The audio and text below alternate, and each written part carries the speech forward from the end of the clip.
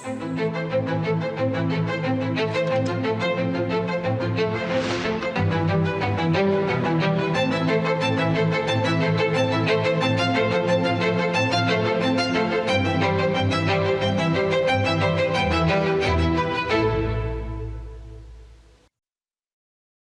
ప్రియమైన దేశవాసులారా, మన్ కీ బాత్లో మీ అందరితో మమేకమవడం, మీ అందరి నుండి నేర్చుకోవడం, దేశ ప్రజల విజయాల గురించి తెలుసుకోవడం నిజంగా నాకు చాలా ఆనందకరమైన అనుభూతిని ఇస్తుంది. మన విషయాలను ఒకరితో ఒకరం పంచుకుంటూ, మన మనసులోని మాట చెప్పుకుంటూ ఉండగా మనకు తెలియకుండానే ఈ కార్యక్రమం 125 ఎపిసోడ్లను పూర్తి చేసుకుంది. ఈ కార్యక్రమం యొక్క 126వ ఎపిసోడ్ అవటంతో పాటుగా ఈ రోజుకు మరి కొన్ని ప్రత్యేకతలు కూడా ఉన్నాయి. నేడు భారతదేశానికి చెందిన ఇద్దరు గొప్ప మహానుభావుల జయంతి. నేను మాట్లాడుతున్నది షహీద్ భగత్ సింగ్ మరియు లతా దీదీల గురించి.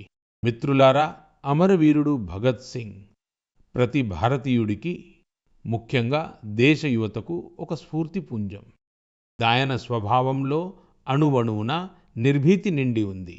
దేశం కోసం ఉరికంబం ఎక్కే ముందు భగత్ సింగ్ గారు ఆంగ్లేయులకు ఒక లేఖ కూడా రాశారు. ఆయన ఆ లేఖలో ఆయనను, ఆయన సహచరులను యుద్ధ ఖైదీలుగా పరిగణించాలని పేర్కొన్నారు. అందువల్ల వారిని ఉరితీయకుండా నేరుగా కాల్చి చంపాలని కోరారు. ఇది ఆయన అజేయమైన సాహసానికి నిదర్శనం. భగత్ సింగ్ గారు ప్రజల బాధల పట్ల కూడా చాలా సున్నితంగా ఉండేవారు. ఇంకా వారికి సహాయం చేయడానికి ఎల్లప్పుడూ ముందుండేవారు. నేను షహీద్ భగత్ సింగ్ గారికి గౌరవపూర్వకంగా శ్రద్ధాంజలి ఘటిస్తున్నాను. మిత్రులారా, ఈరోజు లతా మంగేష్కర్ గారి జయంతి కూడా. భారతీయ సంస్కృతిపై, సంగీతంపై ఆసక్తి ఉన్న ఎవరైనా ఆమె పాటలను విని పరవశించకుండా ఉండలేరు. మానవ భావోద్వేగాలను కదిలించే ప్రతి అంశం ఆమె పాటలలో ఉంది. ఆమె పాడిన దేశభక్తి గీతాలు ప్రజలకు ఎంతో ప్రేరణను ఇచ్చాయి. భారత సంస్కృతితో కూడా ఆమెకు గాఢమైన అనుబంధం ఉంది. నేను లతా దీదీకి నా హృదయపూర్వక శ్రద్ధాంజలి ఘటిస్తున్నాను. మిత్రులారా, లతా దీదీకి స్ఫూర్తిని అందించిన మహానుభావులలో వీర్ సావర్కర్ కూడా ఒకరు. ఆయన్ను ఆమె తాత్య అని పిలిచేవారు. ఆమె వీర్ సావర్కర్ గారి అనేక గీతాలకు కూడా తన స్వరాన్ని అందించారు.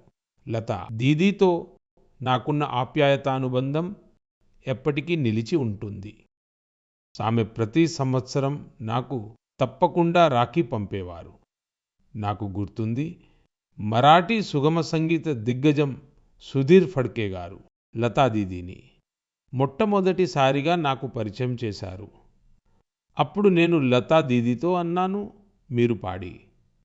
సుధీర్ గారు స్వరపరిచిన జ్యోతి కలశ్ చలకే పాట నాకు చాలా ఇష్టమని. మిత్రులారా, మీరు కూడా నాతో పాటు ఈ పాటను ఆస్వాదించండి.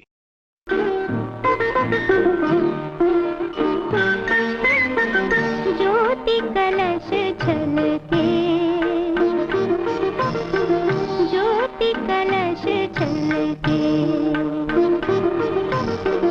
జ్యోతి కలశ చలకే,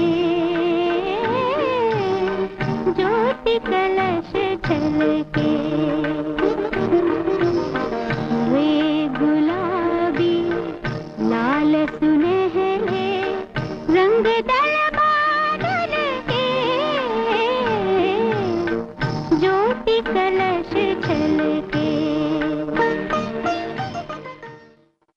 నా ప్రియమైన దేశవాసులారా, ఈ నవరాత్రుల రోజులలో మనం శక్తిని ఆరాధిస్తాము. మనం నారీ శక్తి ఉత్సవాన్ని జరుపుకుంటాం. బిజినెస్ నుండి స్పోర్ట్స్ వరకు, విద్య నుండి విజ్ఞానం వరకు, మీరు ఏ రంగాన్ని తీసుకున్నా కూడా ఈ దేశపు పుత్రికలు ప్రతిచోట తమ విజయ పతాకాన్ని ఎగురవేస్తున్నారు. ఈరోజు వారు ఊహించలేనంత కష్టమైన సవాళ్లను కూడా అధిగమిస్తున్నారు. నేను మిమ్మల్ని ఒక ప్రశ్న అడుగుతాను. మీరు విడుపు లేకుండా సముద్రంలో 8 నెలలు ఉండగరా? మీరు సముద్రంలో తెరచాప పడవతో అంటే గాలి వేగంతో ముందుకు సాగే పడవతో 50,000 కిలోమీటర్లు, అది కూడా సముద్రంలో వాతావరణం ఏ క్షణమైనా ప్రతికూలంగా మారగల పరిస్థితులలో ప్రయాణం చేయగలరా? అలా చేయడానికి ముందు మీరు 1000 సార్లు ఆలోచిస్తారు. కానీ భారత నౌకాదళానికి చెందిన ఇద్దరు ధైర్యవంతులైన ఆఫీసర్లు నావికా సాగర్ పరిక్రమ సందర్భంగా ఇది చేసి చూపించారు. అసలు సాహసం అంటే, దృఢ సంకల్పం అంటే ఏమిటో వారు చేసి చూపించారు. ఈరోజు నేను మన్ కీ బాత్ శ్రోతలకు ఈ ఇద్దరు సాహసోపేతమైన ఆఫీసర్లను పరిచయం చేయాలనుకుంటున్నాను. ఒకరు లెఫ్టినెంట్ కమాండర్ దిల్నా, మరొకరు లెఫ్టినెంట్ కమాండర్ రూపా. ఈ ఇద్దరు ఆఫీసర్లు మనతో ఫోన్పై లైన్లో ఉన్నారు. హలో.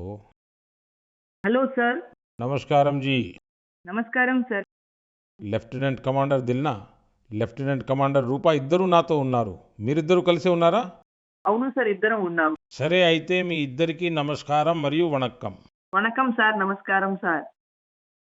సరే, ముందుగా దేశ ప్రజలు మీ ఇద్దరి గురించి వినాలనుకుంటున్నారు. దయచేసి చెప్పండి.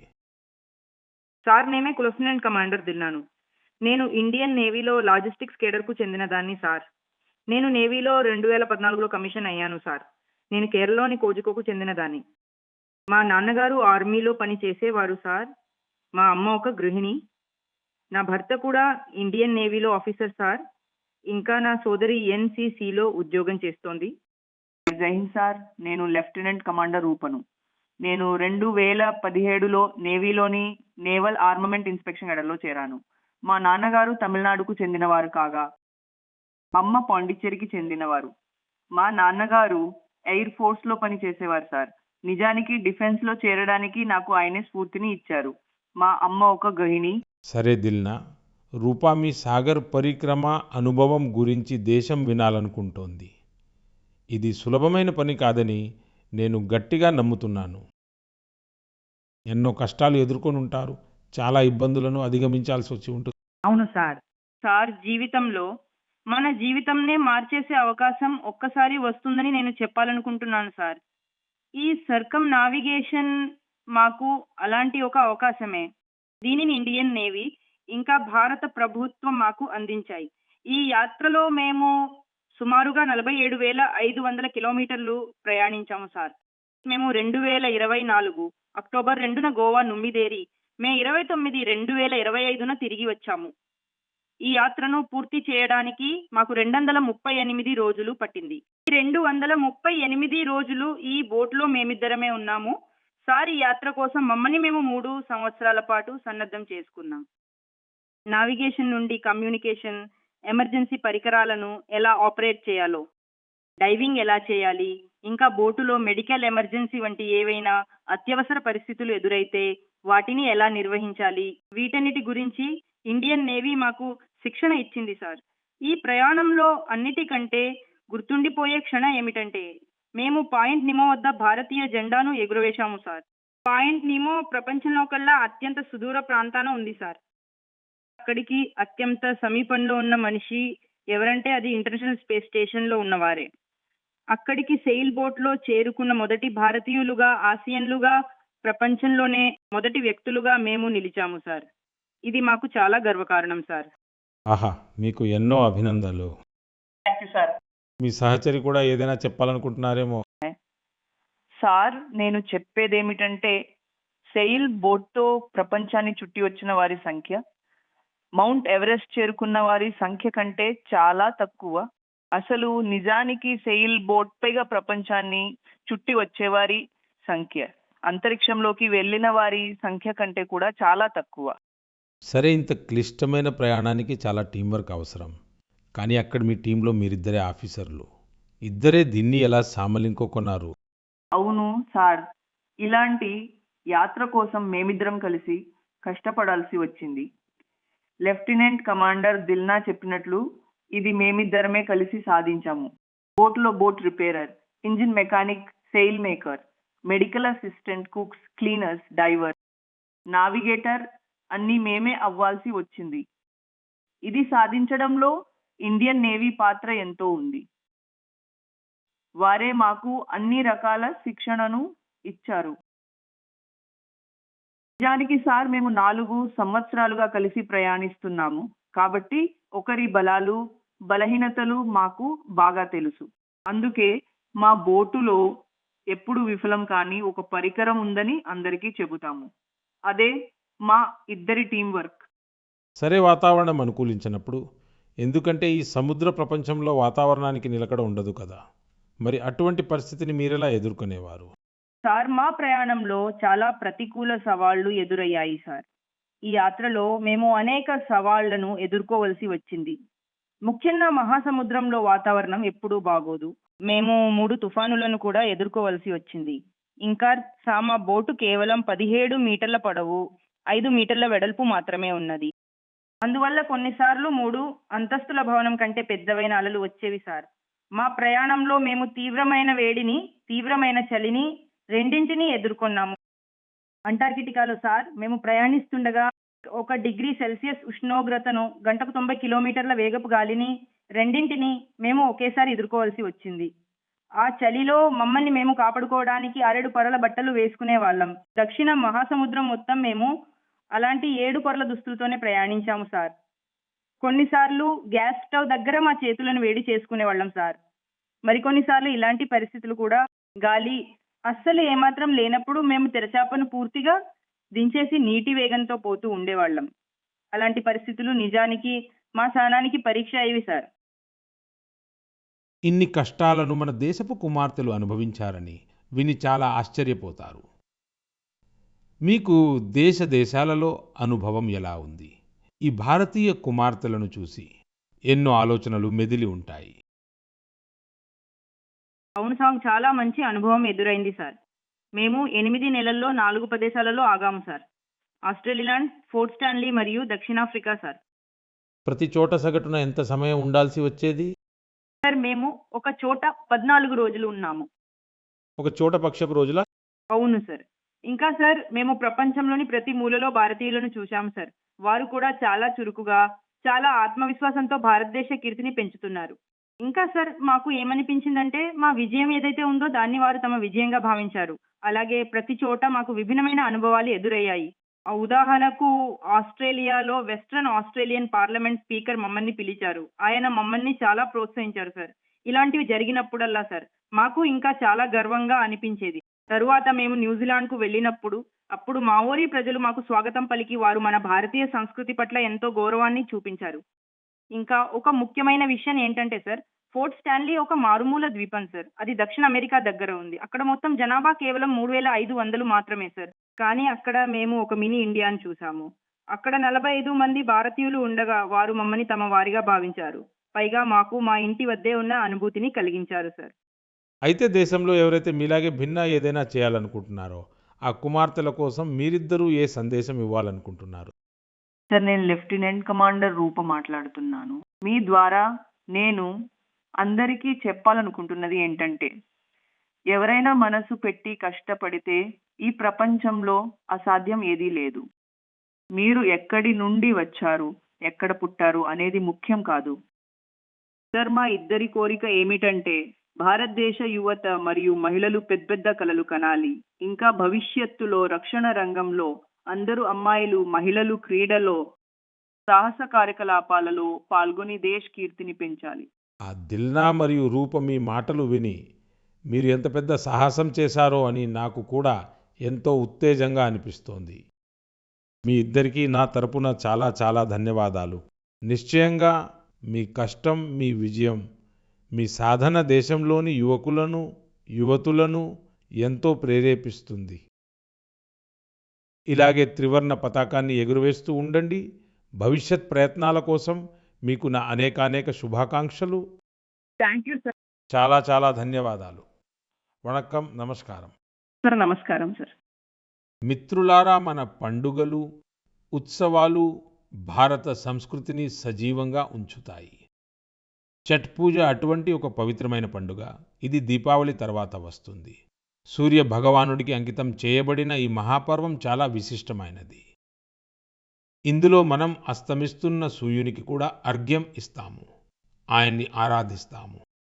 ఛట్ కేవలం దేశంలోని వివిధ ప్రాంతాలలోనే కాక ప్రపంచవ్యాప్తంగా కూడా దీని శోభ కనిపిస్తుంది. నేడు ఇది ఒక గ్లోబల్ ఫెస్టివల్గా మారుతోంది. మిత్రులారా, భారత ప్రభుత్వం కూడా ఛట్ పూజ విషయంలో ఒక పెద్ద ప్రయత్నంలో నిమగ్నమై ఉందని మీకు తెలియజేయడానికి నేను చాలా సంతోషిస్తున్నాను. భారత ప్రభుత్వం ఛట్ మహాపర్వాన్ని యునెస్కో యొక్క ఇంటాంజిబుల్ కల్చరల్ హెరిటేజ్ లిస్ట్, అంటే యునెస్కో యొక్క సాంస్కృతిక వారసత్వ జాబితాలో చేర్పించడానికి ప్రయత్నిస్తోంది. ఛట్ పూజ యునెస్కో జాబితాలో చేరినప్పుడు ప్రపంచంలోని నలుమూలల ప్రజలు దీని వైభవాన్ని, దివ్యత్వాన్ని అనుభూతి చెందగలుగుతారు. మిత్రులారా, కొంతకాలం క్రితం భారత ప్రభుత్వ ఇలాంటి ప్రయత్నాల వల్లే కోల్కతా దుర్గా పూజ కూడా యునెస్కో యొక్క ఈ జాబితాలో భాగమైంది. మనం మన సాంస్కృతిక కార్యక్రమాలకు ఇలాగే ప్రపంచ గుర్తింపును అందిస్తే ప్రపంచం కూడా వాటి గురించి తెలుసుకుంటుంది, అర్థం చేసుకుంటుంది, వాటిలో పాల్గొనడానికి ముందుకు వస్తుంది. మిత్రులారా, అక్టోబర్ 2వ తేదీన గాంధీ జయంతి ఉంది. గాంధీజీ ఎల్లప్పుడూ స్వదేశీ వస్తువులనే వాడాలని నొక్కి చెప్పారు, మరియు వాటిలో ఖాదీ అత్యంత ప్రముఖమైనది. దురదృష్టవశాత్తు స్వాతంత్ర్యం తర్వాత ఖాదీ యొక్క శోభ కొంత మసకబారుతూ వచ్చింది. కానీ గడిచిన 11 సంవత్సరాలలో ఖాదీపై దేశ ప్రజల ఆకర్షణ చాలా పెరిగింది. గత కొన్ని సంవత్సరాలుగా ఖాదీ అమ్మకాలలో చాలా వేగం కనిపిస్తోంది. మీ అందరి నేను కోరేది ఏంటంటే, అక్టోబర్ 2వ తేదీన ఏదైనా ఒక ఖాదీ ఉత్పత్తిని తప్పకుండా కొనండి. గర్వంగా చెప్పండి, ఇది స్వదేశీ వస్తువు అని. దీనిని సోషల్ మీడియాలో వోకల్ ఫర్ లోకల్తో పాటు షేర్ కూడా చేయండి. మిత్రులారా, ఖాదీ లాగే మన చేనేత మరియు హస్తకళల రంగాలలో కూడా చాలా మార్పు కనిపిస్తోంది. ఈరోజు మన దేశంలో ఇలాంటి ఉదాహరణలు ఎన్నో మన ముందుకు వస్తున్నాయి. సంప్రదాయాన్ని, ఇన్నోవేషన్ని కలిపినట్లయితే అద్భుతమైన ఫలితాలు సాధించవచ్చని ఇవి తెలియజేస్తున్నాయి. ఉదాహరణకు, తమిళనాడుకు చెందిన యాజ్ న్యాచురల్స్. ఇక్కడ అశోక్ జగదీశన్ గారు మరియు ప్రేమ్ సెల్వరాజ్ గారు కార్పొరేట్ ఉద్యోగాన్ని వదిలి ఒక కొత్త కార్యక్రమాన్ని ప్రారంభించారు. వారు గడ్డి అరటి ఫైబర్తో యోగా మ్యాట్లను తయారు చేసి మూలికా రంగులతో బట్టలకు రంగులు వేశారు. ఇంకా 200 కుటుంబాలకు శిక్షణ ఇచ్చి వారికి ఉపాధి కల్పించారు. జార్ఖండ్కు చెందిన ఆశిష్ సత్యవ్రత్ సాహు గారు గిరిజన చేనేత మరియు వస్త్రాలను జోహర్ గ్రామ్ బ్రాండ్ ద్వారా గ్లోబల్ ర్యాంప్ వరకు తీసుకెళ్లారు. వారి ప్రయత్నాల వల్ల ఈరోజు జార్ఖండ్ సాంస్కృతిక వారసత్వం గురించి ఇతర దేశాల ప్రజలు కూడా తెలుసుకుంటున్నారు. బీహార్లోని మధుబని జిల్లాకు చెందిన స్వీటీ కుమారి గారు, ఆమె కూడా సంకల్ప్ క్రియేషన్ను ప్రారంభించారు. ఆమె మిథిలా పెయింటింగ్ను మహిళల జీవనోపాధికి సాధనంగా మార్చారు. ఈరోజు 500 కంటే ఎక్కువ మంది గ్రామీణ స్త్రీలు ఆమెతో కలిసి పనిచేస్తూ ఆత్మనిర్భరత మార్గంలో పయనిస్తున్నారు. ఈ విజయగాథలన్నీ మన సంప్రదాయాలలో ఆదాయానికి ఎన్నో మార్గాలు దాగి ఉన్నాయని మనకు నేర్పిస్తున్నాయి. సంకల్పం బలంగా ఉంటే విజయం మన నుండి దూరం కాదు. నా ప్రియమైన దేశవాసులారా, మరికొద్ది రోజుల్లో మనం విజయదశమిని జరుపుకోబోతున్నాము. ఈసారి విజయదశమి మరో కారణం వల్ల కూడా చాలా ప్రత్యేకమైనది. అదే రోజు నాటికి రాష్ట్రీయ స్వయం సేవక్ సంఘ్ స్థాపించి 100 సంవత్సరాలు పూర్తవుతున్నాయి. శతాబ్ద కాలపు ఈ ప్రయాణం ఎంత అద్భుతమైనదో, అపూర్వమైనదో, అంతే స్ఫూర్తిదాయకమైనది. నేటికి 100 సంవత్సరాల క్రితం రాష్ట్రీయ స్వయం సేవక్ సంఘ్ స్థాపించబడినప్పుడు మన దేశం శతాబ్దాలుగా బానిసత్వపు సంకెళ్లలో బంధించబడి ఉంది. శతాబ్దాల ఈ బానిసత్వం మన స్వాభిమానాన్ని, ఆత్మవిశ్వాసాన్ని తీవ్రంగా దెబ్బతీసింది. ప్రపంచంలోనే అత్యంత పురాతన నాగరికత ముందు గుర్తింపు సంక్షోభం సృష్టించబడింది. దేశ ప్రజలు న్యూనతాభావానికి గురవుతున్నారు. అందువల్ల దేశ స్వాతంత్ర్యంతో పాటు దేశం సైద్ధాంతిక బానిసత్వం నుండి కూడా విముక్తి పొందడం చాలా ముఖ్యం. అటువంటి పరిస్థితులలో పరమ పూజ్య డాక్టర్ హెడ్గేవార్ గారు ఈ విషయంపై మదనం చేయడం ప్రారంభించారు. ఆ తర్వాత ఈ భగీరథ కార్యం కోసం వారు 1925లో విజయదశమి పవిత్ర సందర్భాన రాష్ట్రీయ స్వయం సేవక్ సంఘ్ను స్థాపించారు. డాక్టర్ సాహెబ్ తర్వాత పరమ పూజ్య గురూజీ ఈ రాష్ట్ర సేవ మహాయజ్ఞాన్ని ముందుకు నడిపించారు. పరమ పూజ్యులైన గురూజీ ఇలా అనేవారు: రాష్ట్రాయ స్వాహ, ఇదం రాష్ట్రాయ, ఇదం న మమ, అంటే ఇది నాది కాదు, విధి దేశానిది. ఇందులో స్వార్థానికి అతీతంగా దేశం కోసం అంకిత భావంతో ఉండాలనే ప్రేరణ ఉంది. గురూజీ గోల్వాల్కర్ గారి ఈ వాక్యం లక్షలాది మంది స్వయం సేవకులకు త్యాగం మరియు సేవా మార్గాన్ని చూపించింది. త్యాగం, సేవాభావం మరియు క్రమశిక్షణతో కూడిన బోధనే సంఘ్ యొక్క నిజమైన బలం. నేడు ఆర్ఎస్ఎస్ 100 సంవత్సరాలుగా అలసట లేకుండా, ఆగకుండా దేశ సేవలో నిమగ్నమై ఉంది. అందుకే మనం చూస్తాం, దేశంలో ఎక్కడ ప్రకృతి వైపరీత్యం సంభవించిన ఆర్ఎస్ఎస్ స్వయం సేవకులు అందరికంటే ముందుగా అక్కడికి చేరుకుంటారు. లక్షలాది మంది స్వయం సేవకుల జీవితంలోని ప్రతి పనిలో, ప్రతి ప్రయత్నంలో రాష్ట్ర ప్రథమ్, నేషన్ ఫస్ట్ అనే ఈ భావన ఎల్లప్పుడూ సర్వోన్నతంగా ఉంటుంది. దేశ సేవ అనే ఈ మహాయజ్ఞంలో తమను తాము అంకితం చేసుకుంటున్న ప్రతి స్వయం సేవకుడికి నా శుభాకాంక్షలు తెలియజేస్తున్నాను. నా ప్రియమైన దేశవాసులారా, వచ్చే నెల అక్టోబర్ 7వ తేదీన వాల్మీకి మహర్షి జయంతి ఉంది. మనందరికీ తెలుసు, వాల్మీకి మహర్షి భారతీయ సంస్కృతికి ఎంత గొప్ప ఆధారమో. భగవంతుడు శ్రీరాముని అవతార కథలను మనకు ఇంత వివరంగా పరిచయం చేసింది వాల్మీకి మహర్షియే. ఆయన మానవాళికి రామాయణం వంటి అద్భుతమైన గ్రంథాన్ని అందించారు. మిత్రులారా, రామాయణానికి ఈ ప్రభావం, అందులో ఇమిడి ఉన్న శ్రీరాముని ఆదర్శాలు మరియు విలువల వల్లే వచ్చింది. శ్రీరాముడు సేవ, సామరస్యం, కరుణలతో అందరినీ ఆలింగనం చేసుకున్నారు. అందుకే వాల్మీకి మహర్షి రామాయణంలోని రాముడు మాతా శబరి మరియు నిషాదరాజుతోనే పరిపూర్ణుడు అవడం మనం చూస్తాం. అందుకే మిత్రులారా, అయోధ్యలో రామాలయ నిర్మాణం జరిగినప్పుడు దానితో పాటు నిషాదరాజుకు, వాల్మీకి మహర్షికి కూడా ఆలయాలు నిర్మించబడ్డాయి. మిమ్మల్ని నేను అభ్యర్థిస్తున్నాను, మీరు కూడా అయోధ్యలో రామలల్లా దర్శనానికి వెళ్ళినప్పుడు వాల్మీకి మహర్షి ఆలయాన్ని, నిషాదరాజ్ ఆలయాన్ని తప్పక దర్శించుకోండి. నా ప్రియమైన దేశ ప్రజలారా, కళ, సాహిత్యం, సంస్కృతులలో ఉండే అత్యంత ప్రత్యేకమైన విషయం ఏమిటంటే అవి ఏ ఒక్క పరిధికి పరిమితమై ఉండవు. వాటి సువాసన అన్నీ సరిహద్దులను దాటి ప్రజల మనసులను తాకుతుంది. ఇటీవల ప్యారిస్లో సెంటర్ మండప్ అనబడే ఒక సాంస్కృతిక సంస్థ 50 సంవత్సరాలను పూర్తి చేసుకుంది. ఈ సెంటర్ భారతీయ నృత్యాన్ని ప్రాచుర్యంలోకి తీసుకురావడంలో గుర్తించదగిన తోడ్పాటును అందించింది. దీనిని మిలేనా సాల్విని స్థాపించారు. ఆమెను కొన్ని సంవత్సరాల క్రితం పద్మశ్రీతో సత్కరించారు. నేను సెంటర్ మండపంతో అనుబంధం ఉన్న ప్రతి ఒక్కరికి అభినందనలు తెలియజేస్తూ ఇంకా వారి భవిష్యత్ ప్రయత్నాలకు శుభాకాంక్షలు తెలుపుతున్నాను. మిత్రులారా, ఇప్పుడు నేను మీకు 2 చిన్న ఆడియో క్లిప్లను వినిపిస్తాను. వీటిని శ్రద్ధగా వినండి. దయాలు సితకిన్ సితనా మినిహ కౌరుందో మసబందే మినిహ గన సొందినే నేను వెదో బింద కుదుసితువే దయాలు సితకిన్ సితనా మినిహ కౌరుందో మసబందే మినిహ గన సొందినే. ఇప్పుడు 2వ క్లిప్ కూడా వినండి. மனிதன் மனிதனுக்காயில்லையே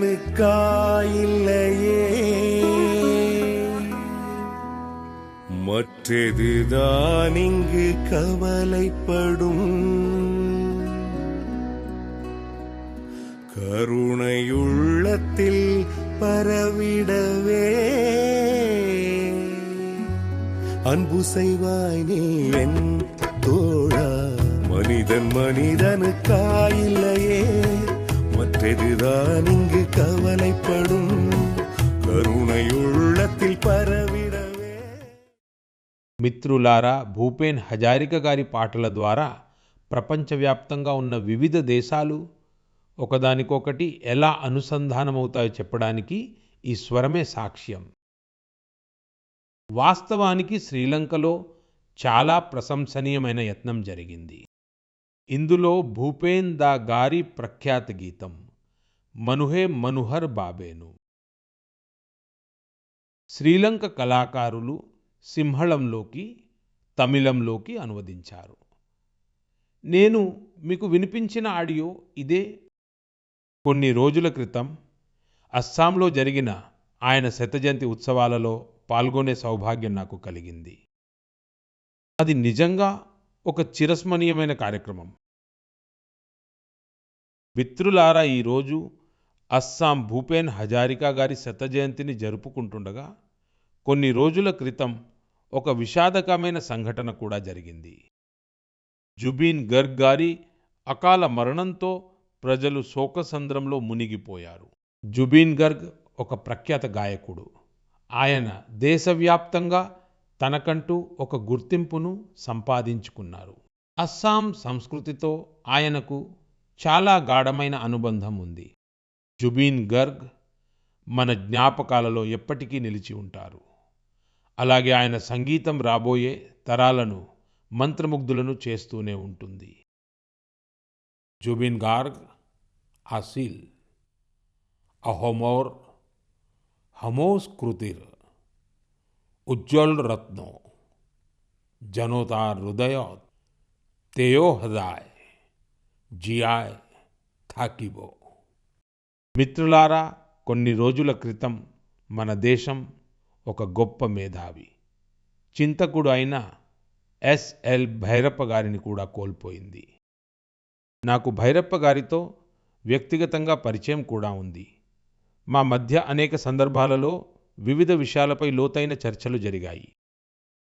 ఆయన రచనలు యువతరం ఆలోచనలకు దిశానిర్దేశం చేస్తూనే ఉంటాయి. కన్నడంలో ఆయన రాసిన అనేక రచనలకు అనువాదాలు కూడా అందుబాటులో ఉన్నాయి. మన మూలాల గురించి, సంస్కృతి గురించి గర్వపడటం ఎంత ముఖ్యమో ఆయన మనకు తెలియజేశారు. నేను ఎస్ఎల్ భైరప్ప గారికి నా హృదయపూర్వక శ్రద్ధాంజలి ఘటిస్తూ యువత ఆయన రచనను చదవాలని కోరుకుంటున్నాను. నా ప్రియమైన దేశ ప్రజలారా, రాబోయే రోజుల్లో ఒకదాని వెంట ఒకటిగా పండుగలు, వేడుకలు రాబోతున్నాయి.